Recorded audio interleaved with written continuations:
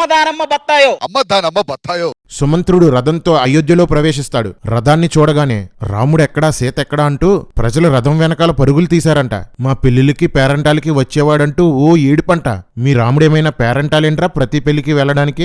ఇదిగో మగంగులు, ముహూర్త time coming, marriage కొడుకుని ప్రవేశపెట్టండి.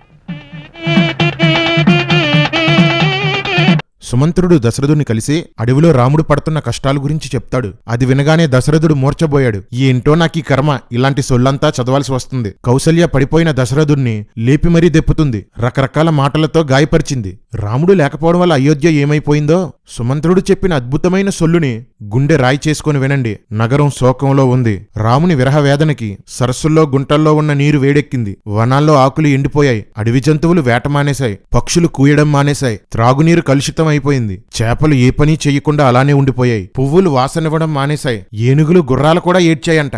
గుర్రాలు ఏడ్చాయంటే నమ్మొచ్చు, రాముడికి డాడీలు కదా. ఏనుగులు ఎందుకు ఏడ్చాయంటావు?